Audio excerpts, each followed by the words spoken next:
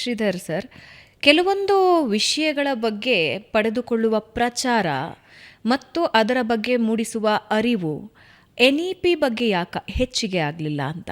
ಅದರ ಜೊತೆಗೆ ನಾನು ಹೇಳೋದು ಈ ರಾಜಕೀಯ ವ್ಯಕ್ತಿಗಳ ಇನ್ವಾಲ್ವ್ಮೆಂಟ್ ಇದೆಯಲ್ಲ, ಒಂದು ಉತ್ತಮವಾದ ವ್ಯವಸ್ಥೆ ಬರಬೇಕು, ಮಕ್ಕಳ ಶಿಕ್ಷಣದ ಗುಣಮಟ್ಟ ಜಾಸ್ತಿ ಆಗಬೇಕು ಅನ್ನೋ ವಿಷಯದಲ್ಲೂ ಈ ರಾಜಕೀಯ ಇಂಟರ್ಫಿಯರ್ ಆಗಿರೋದ್ರಿಂದ ಮಕ್ಕಳಿಗೆ ಮಾಡೋ ಅನ್ಯಾಯ ಅಲ್ವಾ, ನಮ್ಮ ಮುಂದಿನ ಜನರೇಷನ್ಗೆ ಮಾಡ್ತಾ ಇರೋ ಅನ್ಯಾಯ ಅಲ್ವಾ? ಯಾವುದೇ ರಾಜ್ಯ, ಯಾವುದೇ ರಾಜಕಾರಣಿನ ತಗೊಳ್ಳಿ, ಆಮೇಲೆ ಎಷ್ಟು ಬೆಳಕು ಚೆಲ್ಲಬೇಕಾಗಿತ್ತು ಈವನ್ ಕೇಂದ್ರ ಸರ್ಕಾರದಿಂದ ಕೂಡ ಅಷ್ಟು ವ್ಯವಸ್ಥಿತವಾಗಿ ಆಗಿದೆಯಾ, ಜನರವರೆಗೂ ತಲುಪಿದೆಯಾ?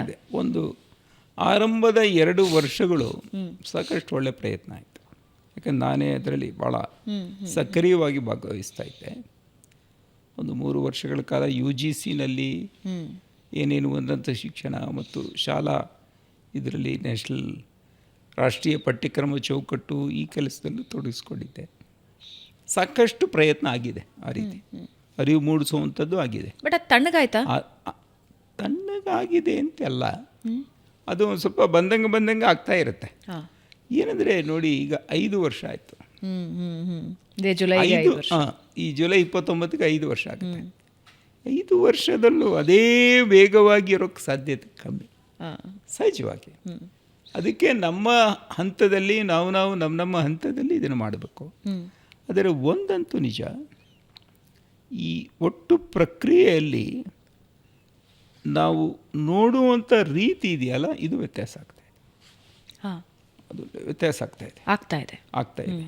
ಕಸ್ತೂರಂಗನವರು ಒಂದು ಮಾತು ಹೇಳೋರು, we are not changing the policy, we are changing the culture of education. ಶಿಕ್ಷಣದ ಸಂಸ್ಕೃತಿ ಇದೆಯಲ್ಲ, ಇದು ಬದಲಾಗ್ತಾ ಇದೆ. ನಾವು ಶಿಕ್ಷಣವನ್ನು ನೋಡೋದು, ಅದು ಡಿಗ್ರಿನ, ಮಾರ್ಕ್ಸ, ಪಠ್ಯಕ್ರಮನ ಎಲ್ಲವೂ ನೋಡೋ ರೀತಿಯೇ ವ್ಯತ್ಯಾಸ ಆಗ್ತಾಯಿದೆ.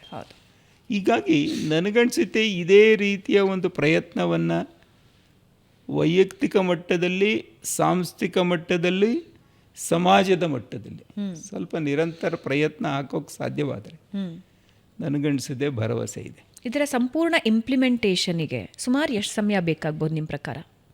ನಾವು ಅವತ್ತು ಯೋಚನೆ ಮಾಡಿದಾಗ ಸುಮಾರು 10 ವರ್ಷಗಳ ಕಾಲ ಬೇಕಾಗುತ್ತೆ ಅಂತ ನಾವು ಅವತ್ತು ಅಂದಾಜು ಮಾಡಿದ್ವಿ.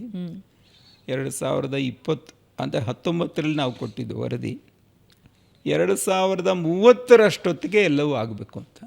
2030 ಅಂತ ಒಂದಷ್ಟು ನಾವು ಅಂದ್ಕೊಂಡಂಗೆ ಎಲ್ಲವೂ ಆಗೋಲ್ಲ, ಸಾಧ್ಯವಿಲ್ಲ.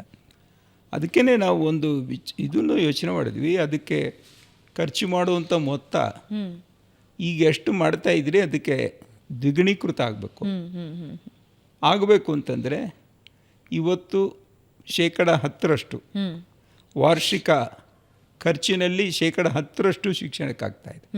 GDP ಅಲ್ಲ, ವಾರ್ಷಿಕ ಖರ್ಚಿನಲ್ಲಿ. ಅದು 20% ಆದಾಗ ಈ ಎಲ್ಲವನ್ನ ಮಾಡ್ಬೋದು ಅಂತ ನಮ್ಮ ಲೆಕ್ಕಾಚಾರ ಇತ್ತು. ಲೆಕ್ಕ ಮಾಡಿದ್ವಿ. ಒಂದೇ ಸಲ ಮಾಡೋಕ್ಕಾಗಲ್ಲ. ಹೌದು, ಪ್ರತಿ ವರ್ಷ ಸರ್ಕಾರಗಳು 1% ಜಾಸ್ತಿ ಮಾಡಬೇಕು. ಆವಾಗ 10 ವರ್ಷದಲ್ಲಿ ದ್ವಿಗುಣೀಕೃತ ಆಗುತ್ತೆ. ಹೀಗಾಗಿ ಆ ಯೋಜನೆ ಇಟ್ಟಿದ್ದು 10 ವರ್ಷ.